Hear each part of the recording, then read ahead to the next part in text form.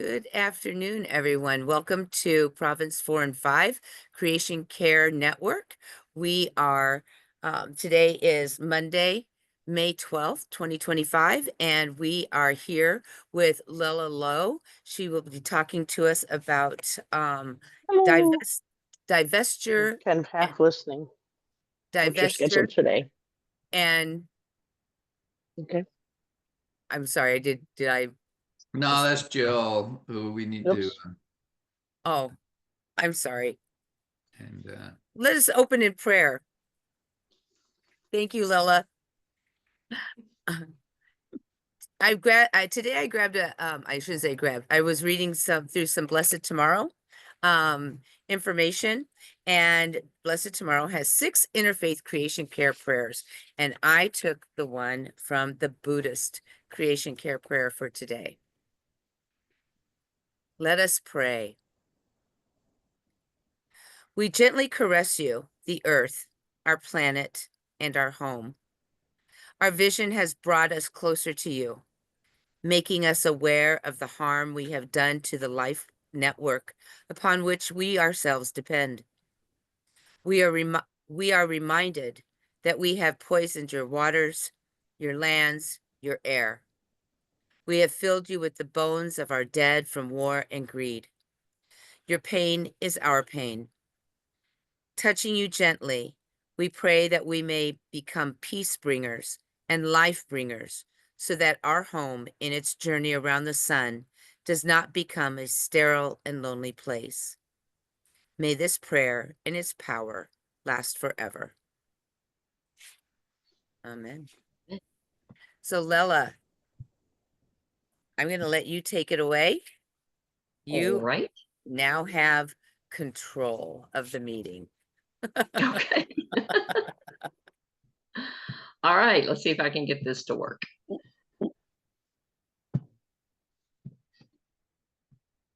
Okay. Everybody good with that? Thank you for joining for a topic that sounds like, I don't know. We were concerned about this. I named it "What's the Big Deal with Fossil Fuel Divestment? Next Steps for the Episcopal Church."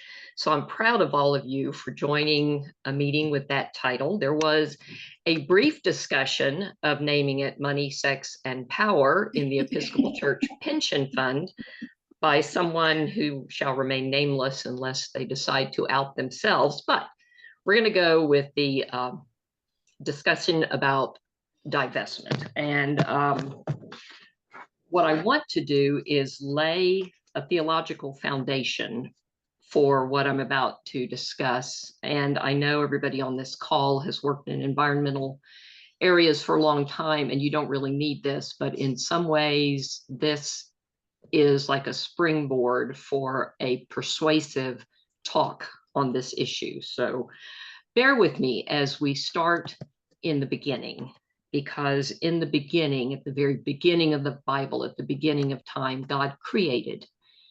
And God indeed said that everything was good. God loved God's creation.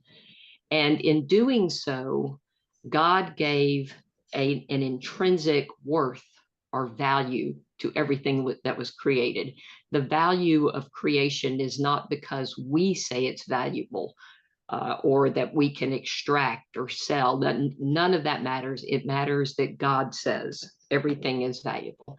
And then shortly after the creation, God gave us our first vocational call when God said, "You will till and keep my creation," or actually that is better interpreted as, "You will protect and serve this creation."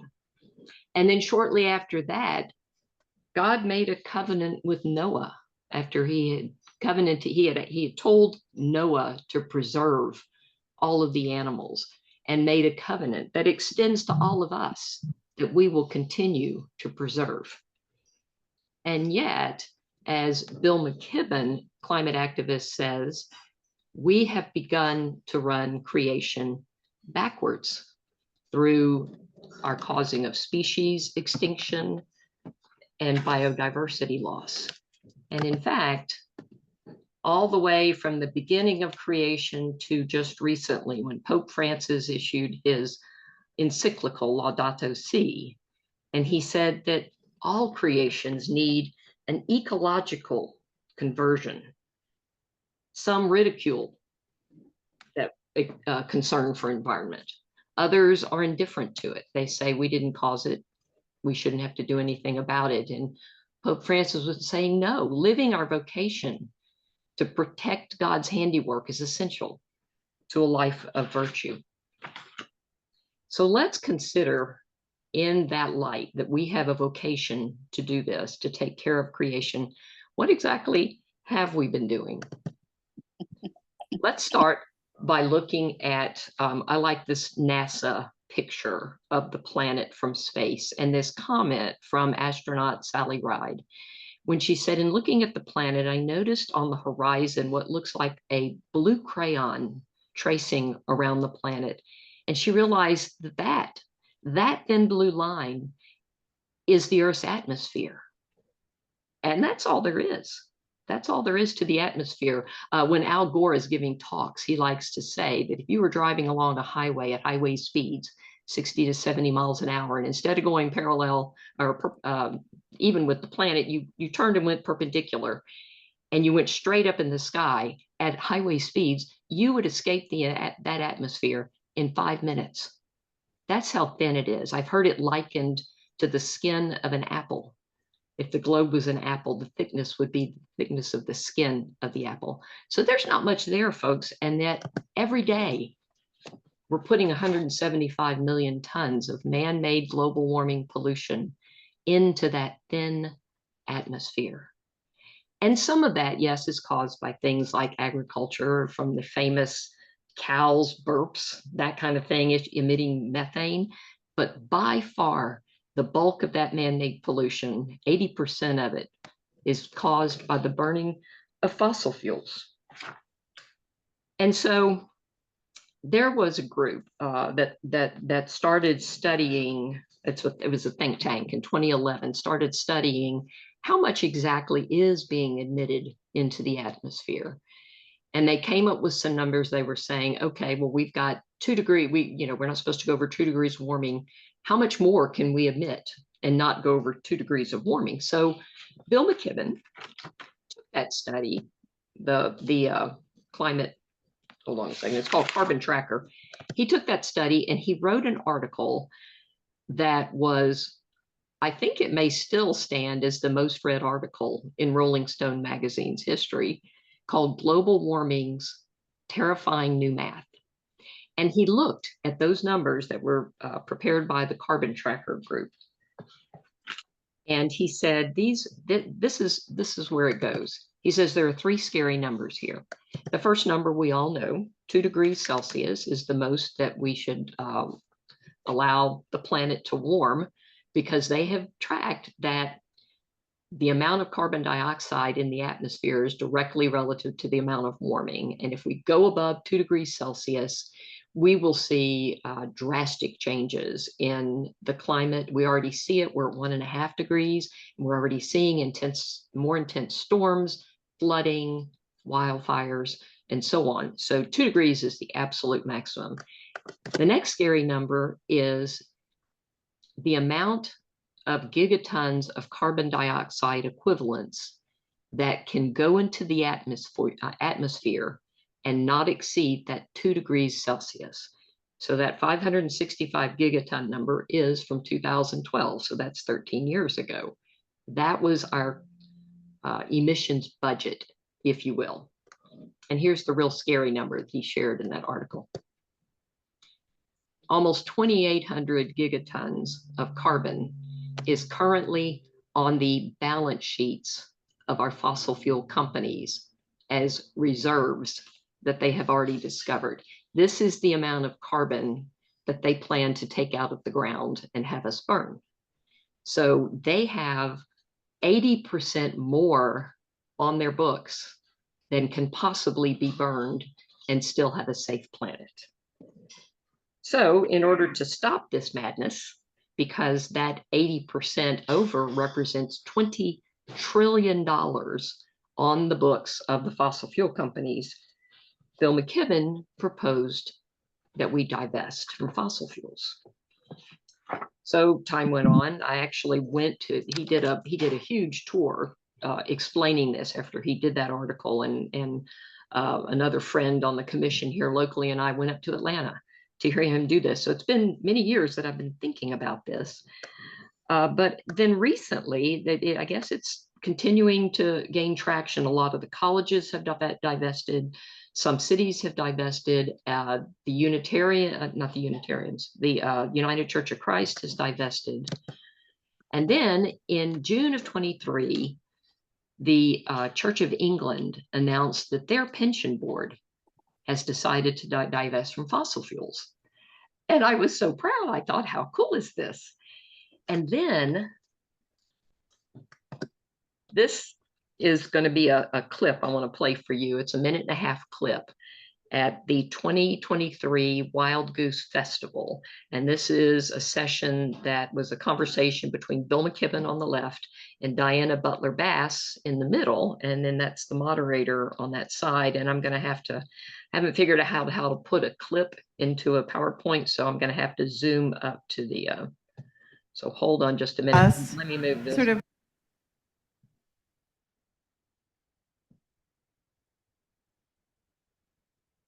over into some of the religious and denominational questions as well, because one of the things that I'm pretty sure this is the case. So the UCC, if I'm not wrong, just divested its pension fund from fossil fuels, which is incredible. But most of the other main lines came out with statements about 10 years ago divesting sort of liquid funds in other places from fossil fuels, but left their pension funds invested in fossil fuels. So as far as I know, right now, as we sit here today, one of the richest pension funds in religion in the world is the Episcopal Church Pension Group. And if you're a retired Episcopal priest, your money is still invested in fossil fuels. And the only people who are going to be able to convince that fund to disinvest, to get their money out of there, are you all. And you got to do it because the C of E divested last week. So, Right. you know, the heat is on. So that's one of these places where this work overlaps, where I'm constantly telling people as well who are over 60 or just retired from mainline pastorates, I know you're tired, it's been hell, but guess what? You're just getting More work to do. Well, but it's much easier without all those, you know, annoying parishioners around to cause you trouble. So, you know. And to threaten to fire you. Well, Okay, that I have always been proud of my church, of the Episcopal Church, of the causes that they champion, the fact that they've always walked the talk, walked the gospel. But I have to tell you that I was completely appalled on hearing that particular statement by these two. So let me see if I can get this to advance. So what I did is I had contacted Phoebe Chatfield in the bishop's office for creation care and said, hey, don't we need to share that information, at least about the Church of England divesting? And she says, why don't you write an article?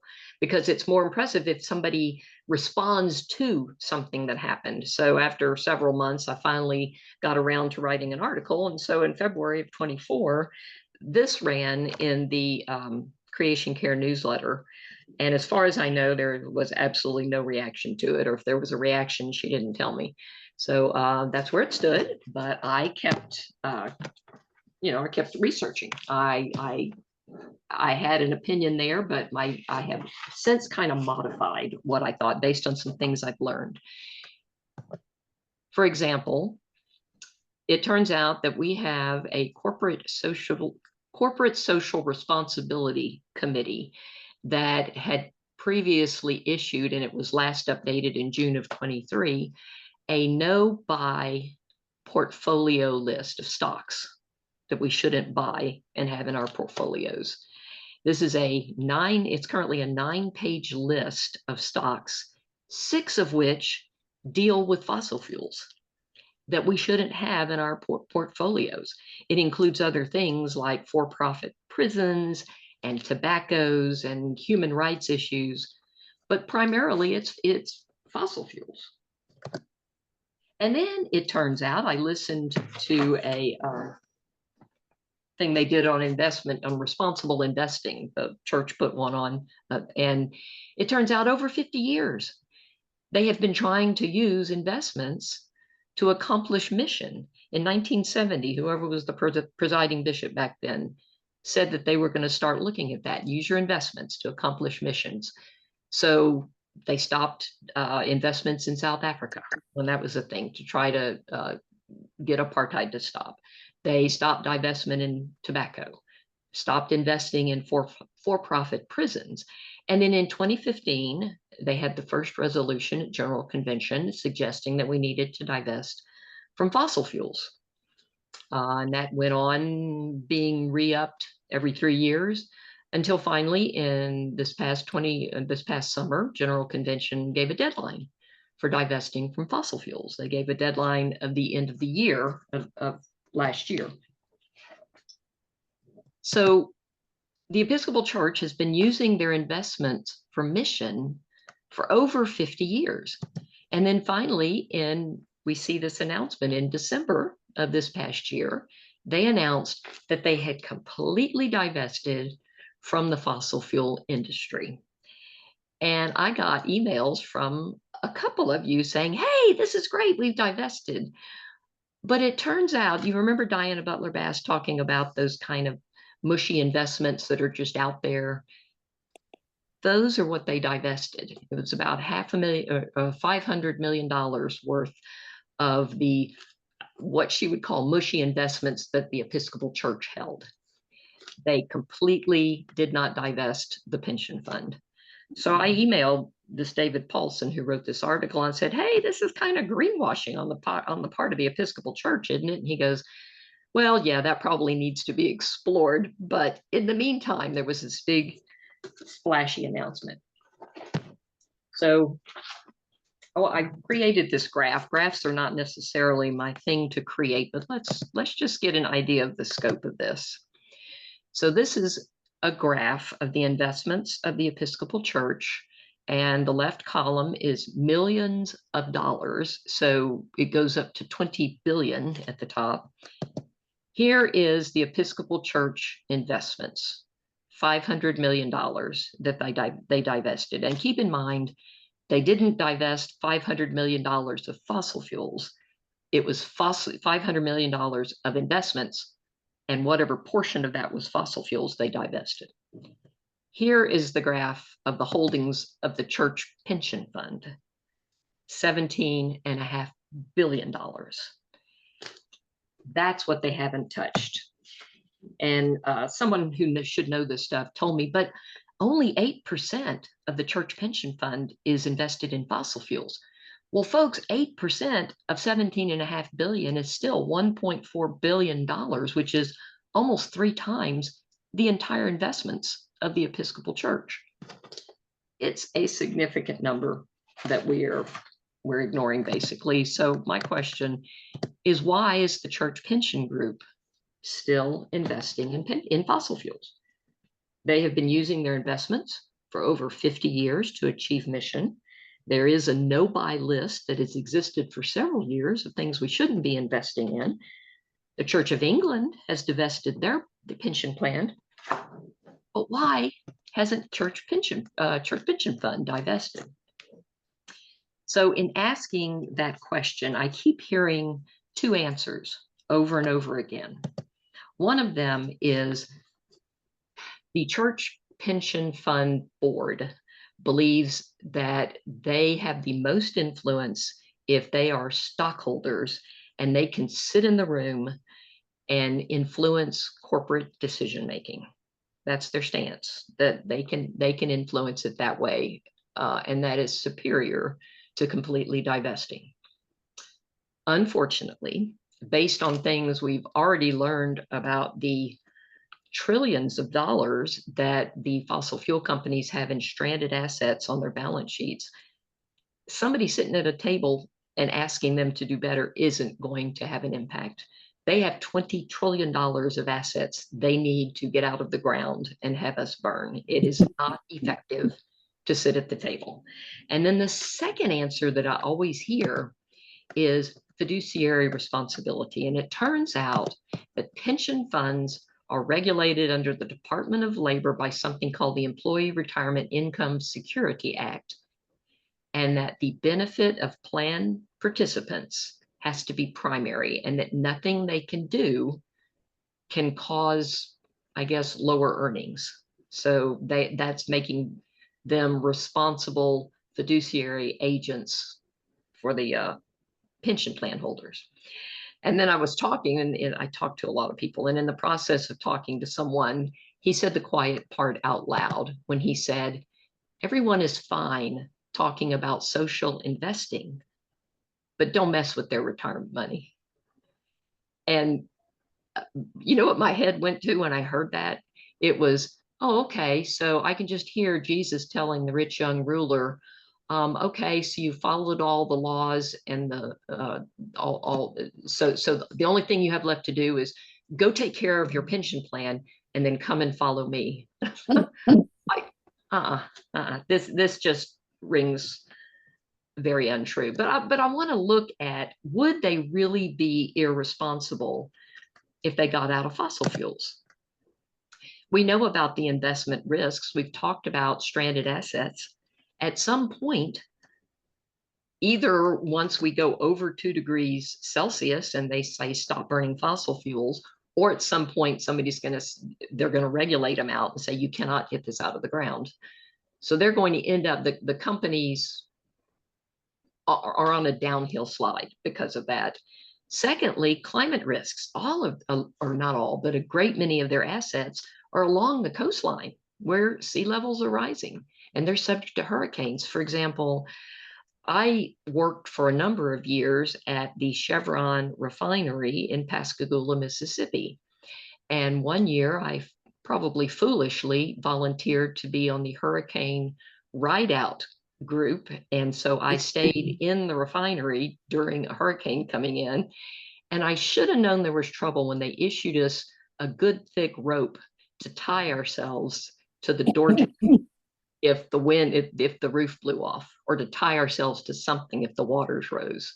The point is, though, that they have numerous assets along the coastlines that are at risk.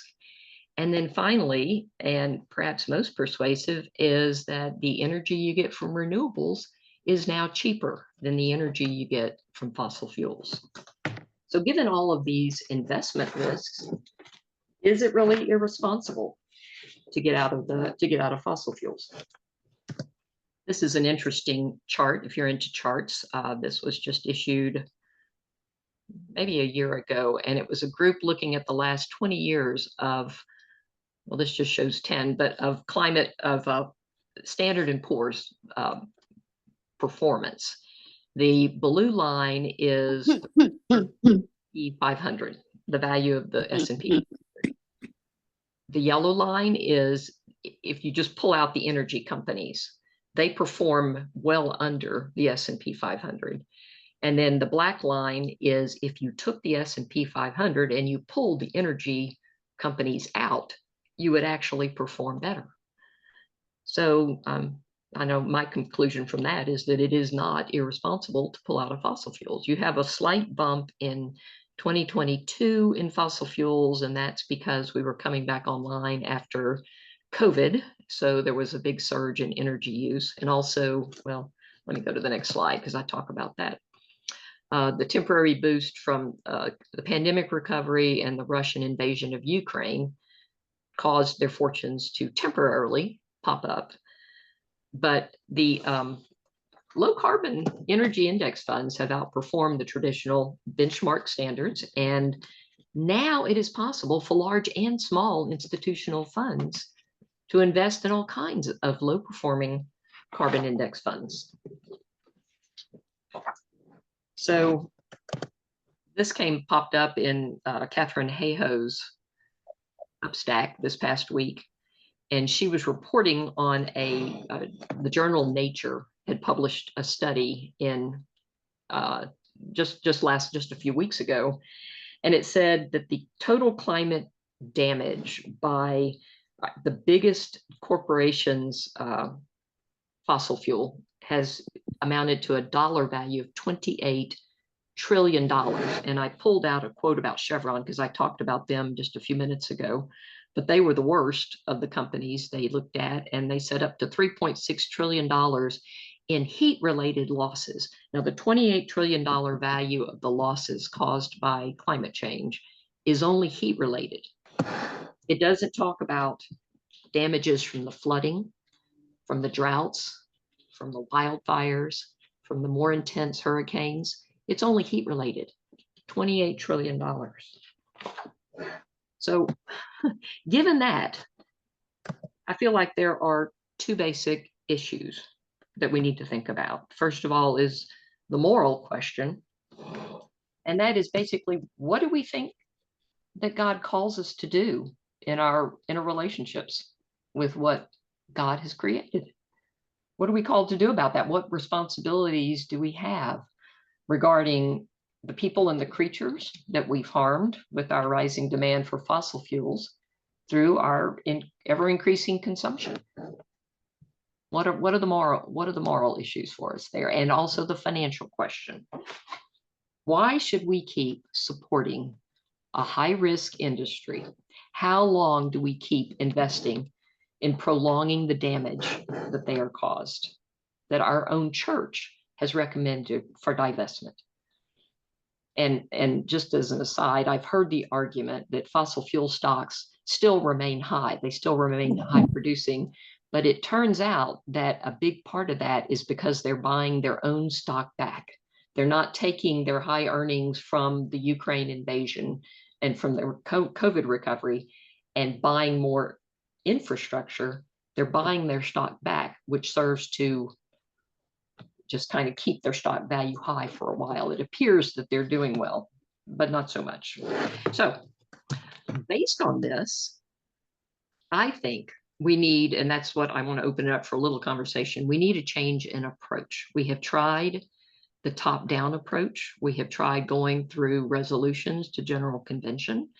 The Church Pension Group has made it clear that they cannot be told what to do. They will not be told what to do, and they firmly believe they need to remain invested in fossil fuels. I know several people. In fact, I talked to Margaret Bullitt Jonas. She and Fletcher Harper with Green Faith were involved in 2015. I think it was 2015 or even earlier than that. They were going to presiding Bishop Catherine Jeffers Shorey, talking to her about divestment. And she wasn't interested in talking about it. Maybe it was too new at the time. But they spent years beating their heads against the wall trying to get divestment to happen. So the point is, top down is not going to happen. So I think that what we need to do is look at an approach that is bottom up. And it's just like what Diana Butler Bass was saying has to happen, is the people who have investments in the pension fund, the pensioners, primarily the clergy who have paid in to the church pension fund, have to go to the fund and say, the fund managers, the board, and demand an option, an alternate way to invest. I don't think that they would get away with telling them to divest from fossil fuels. Why can't they go in with I say give them a choice, but give us a choice. Set up a separate fund, set up an ESG fund. When I was talking to Jerry about this many months ago, he was saying that maybe we shouldn't just go into it as fossil fuel, divest from fossil fuels, but divest from all of these what are called ESG principles, environmental, social, and governance. And that includes then the tobacco issues, the militarism, the for-profit prisons. Set up a fund that uses that list that's already been created by the Episcopal Church, and let the clergy and the lay employees of the Episcopal Church opt for that investment. And then they can align their investing with the values that they profess in Jesus Christ.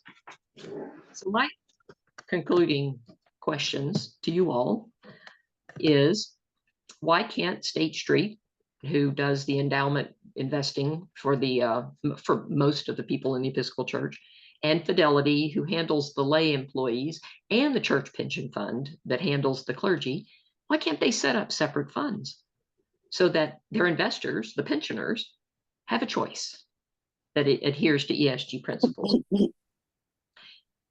This was, again, should we package the fossil fuel divestment issue as an overall ESG movement so that it's not just us tree huggers who are asking for this?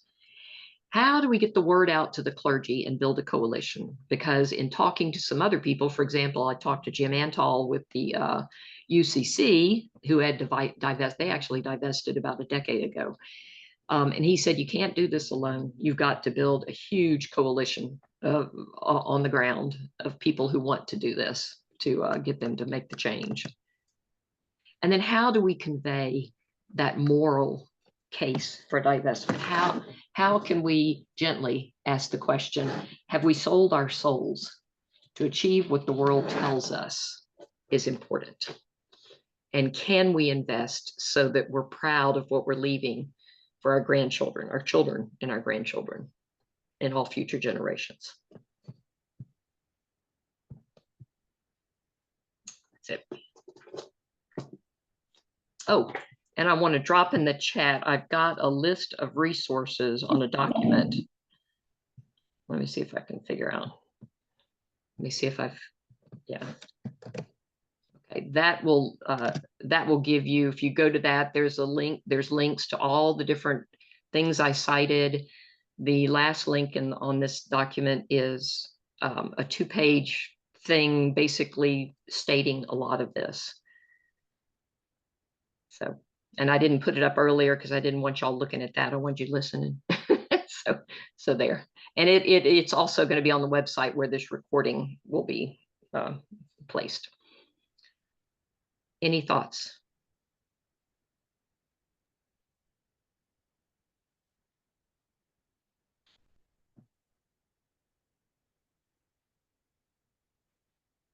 Oh, so Robin says ideas. Is there an annual meeting to get Bishop Buddy on board?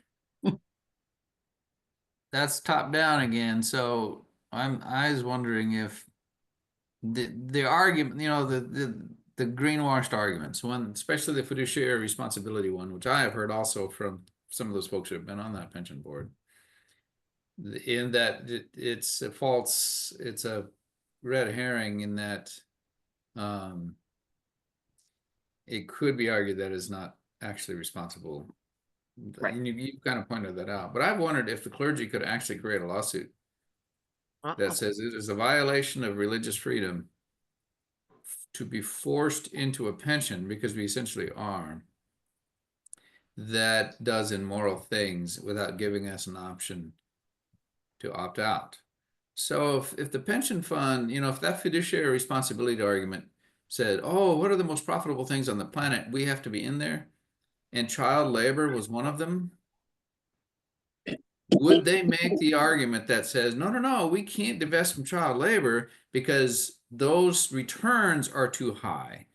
And would the church for a minute tolerate that?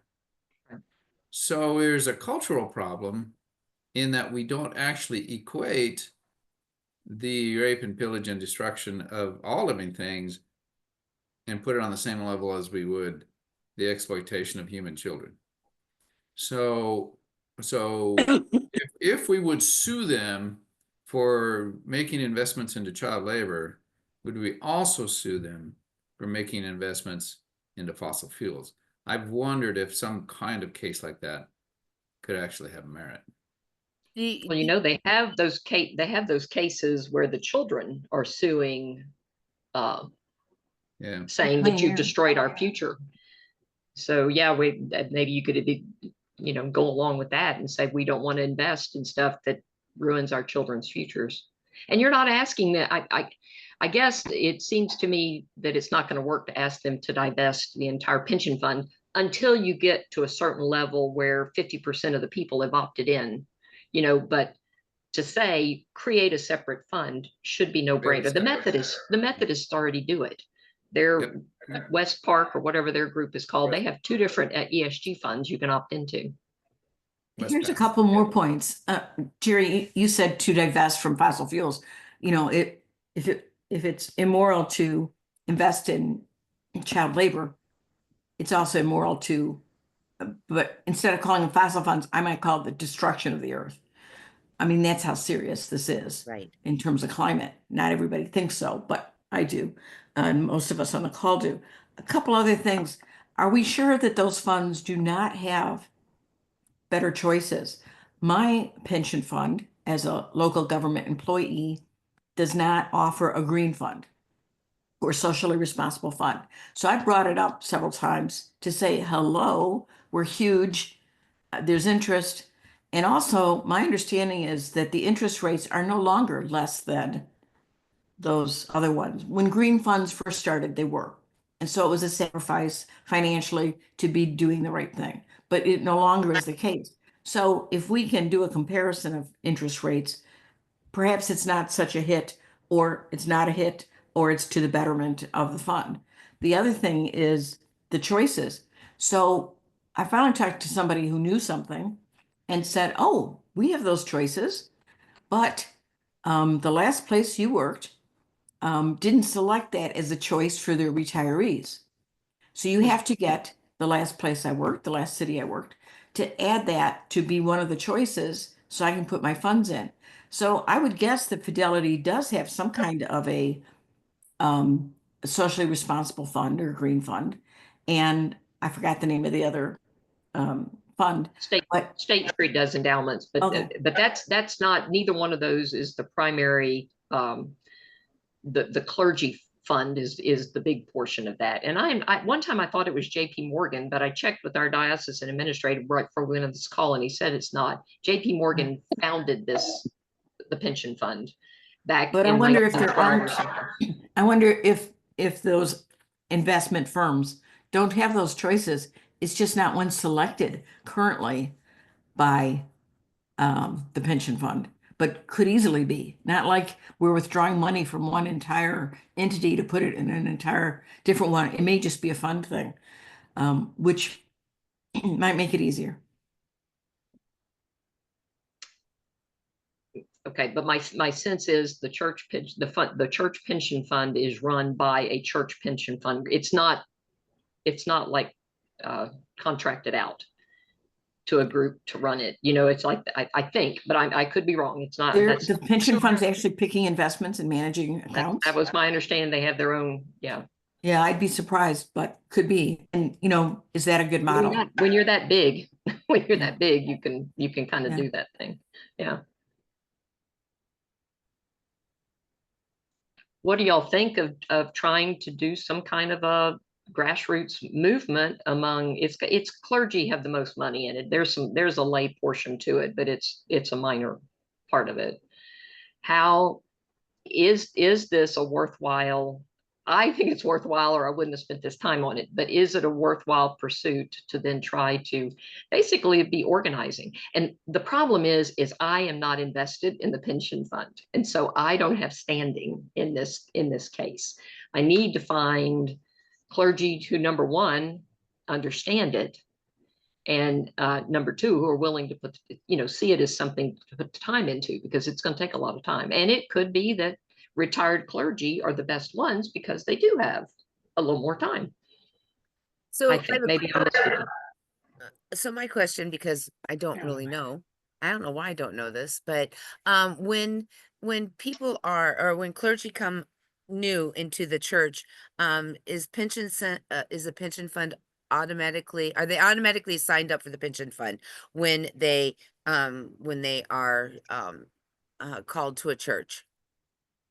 I think so. Or do Yeah. they have to wait? Like some places you have to wait till you are oh my God, what's the word? It's an immediate Be- investment. You're talking about investment, and yes.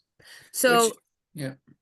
so a lot of the younger, and I don't mean that the way this sounds, the newer, younger clergy that are coming in are very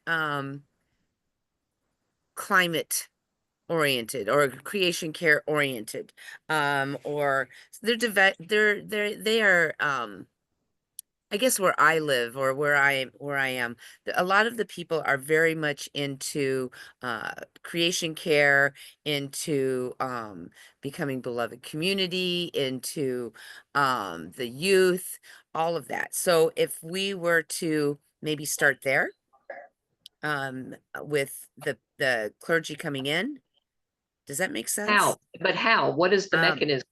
so- Susan's got an idea. Yeah. Okay, I I want to hear Susan's Well, idea.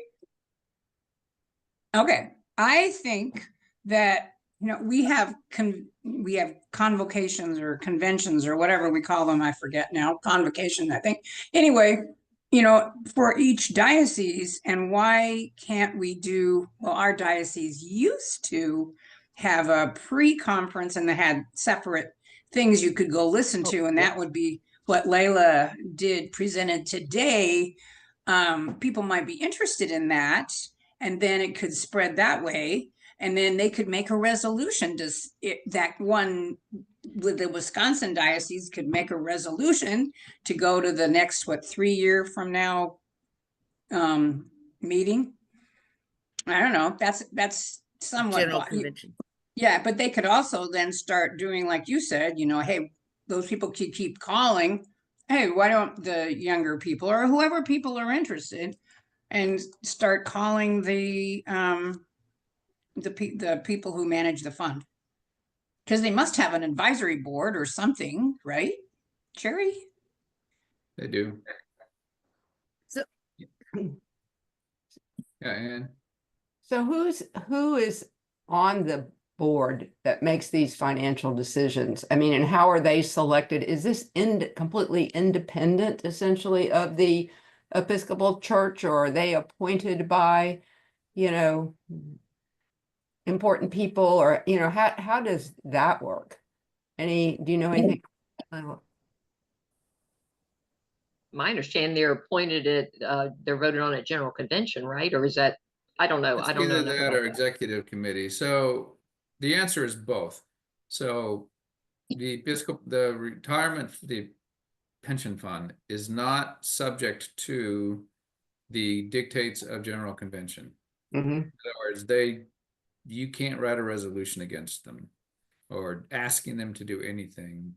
But the people who lead these things are appointed by general convention and or executive committee. So there is a connection, but it's not that direct. So yeah, we can't at general convention make something happen that would force the pension to do something. I think, Lela, I was wondering if you say, oh, it's only clergy. That's not really true, because the majority of funds provided for the pension for the sake of clergy are provided by churches, vestries. Yeah. So actually, to make the moral argument, the vestries are the ones being forced to make investments in things that they are religiously opposed to. Clergy we take dirty money, but the vestries are being forced to pay dirty money. So I think there might be a grassroots that's larger than getting clergy who stand with the most to lose, right? But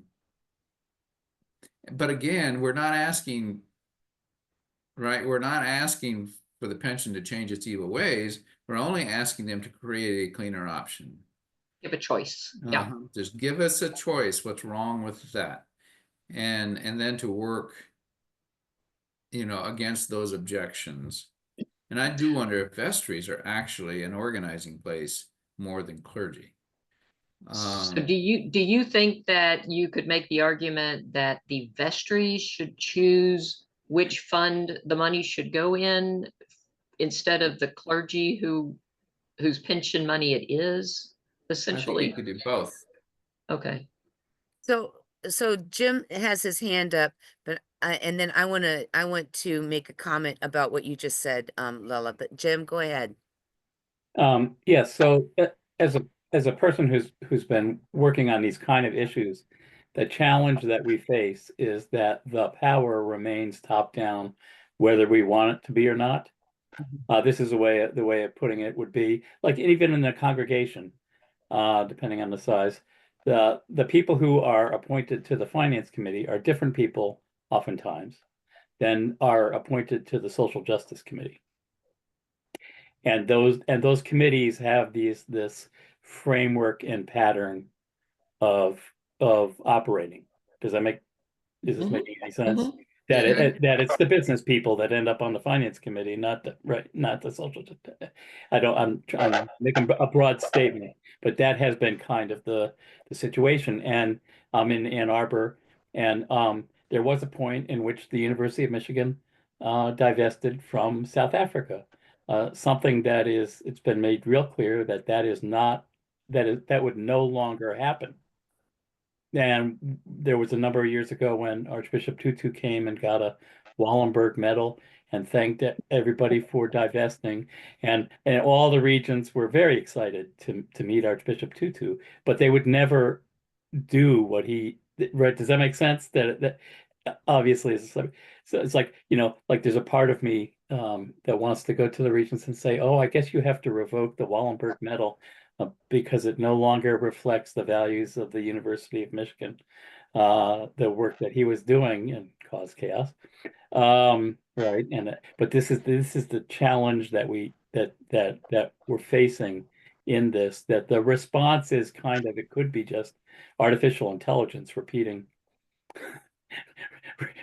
the same thing, right? They just send back artificial intelligence saying, we're sorry, but we're not allowed to do that, and it doesn't matter, right? And even if it's the most extreme, right? If you said, would it matter if Ford was which it was anti-Semitic, and would it matter if you were in the 30s? Would it matter? And well, obviously, right? It would. So this is the challenge so I think it still makes sense to organize grassroots, but understand there's also that other power dynamic, and we need to think through how to do that, and also approach it in a way that reflects scripture and some other ways of communities being called not to do that. So I'll stop now. Yeah. So going back to what you said about vestries, when you said that, I don't know where my mind is, but anyway, when I was on vestry here at Grace Port Huron, our priest, it's probably because it was before COVID, this is why I've forgotten things. Our priest had questioned the bank we were using and what that bank supported. And how you get this list of all of the, you don't use this bank because it supports this, it does this. So we went through a whole list of different banks and who they supported, what they supported, and if it aligned with our theology. And at that time, she also looked into her retirement fund and the pension fund and where she could put things. And so the vestry, actually, we did that. We did do that. We did. We moved money. We moved $1.2 million, okay, from one place to the next. People were not happy, but we did. We moved money.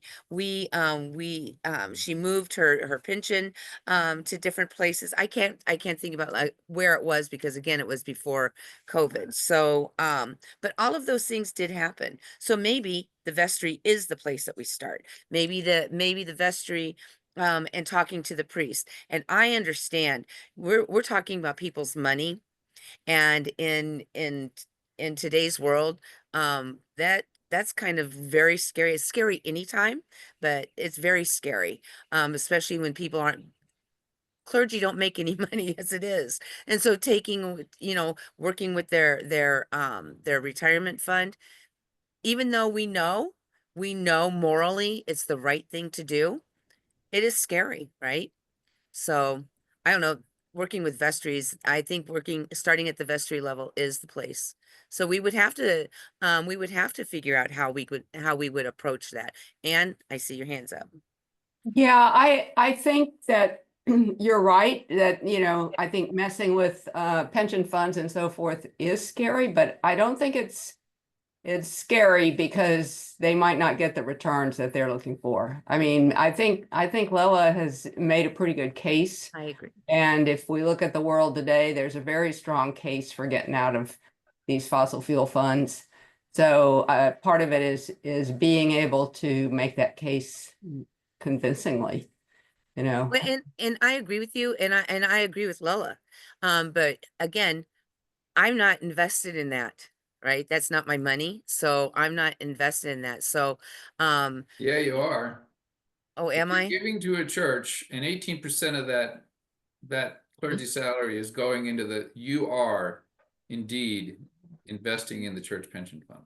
Well, then I guess I It's am. taking a slice of every church's budget that pays clergy, and that That's true. slice comes from pledges. So that's another way to spin it. And so Lela, also it might be to not make the goal to change the mind of the pension fund. Maybe the goal is just to learn. It's a tool by which churches can wake up to, oh, we are tied into this. We are wrapped up in this. This is our world, not somebody else's. It's not off to the side. And if you maybe got nothing more than that, that's still valuable.